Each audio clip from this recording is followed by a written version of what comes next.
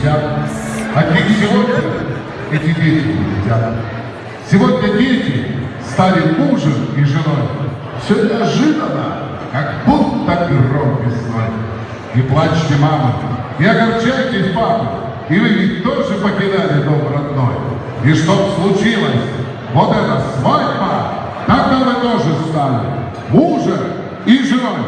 И аплодисменты, хлопайте, еще! Мои дорогие друзья, позвольте в этот искренний, в этот благородный и очень светлый миг от имени всех собравшихся в этом зале, от имени близких, родных, коллег, конечно же, от всех меньше, мне поздравить вас с этим замечательным свадебным днем.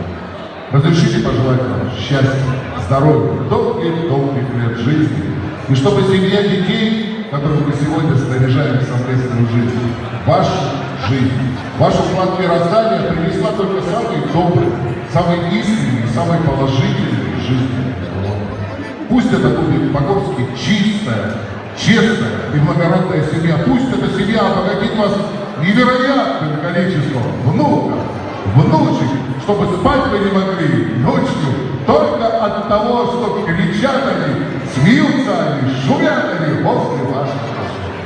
Пусть все, что вы задумали сегодня, отправляя детей, будет исполнено. Кирилл Васильевич, мой дорогой, вам как отцу, как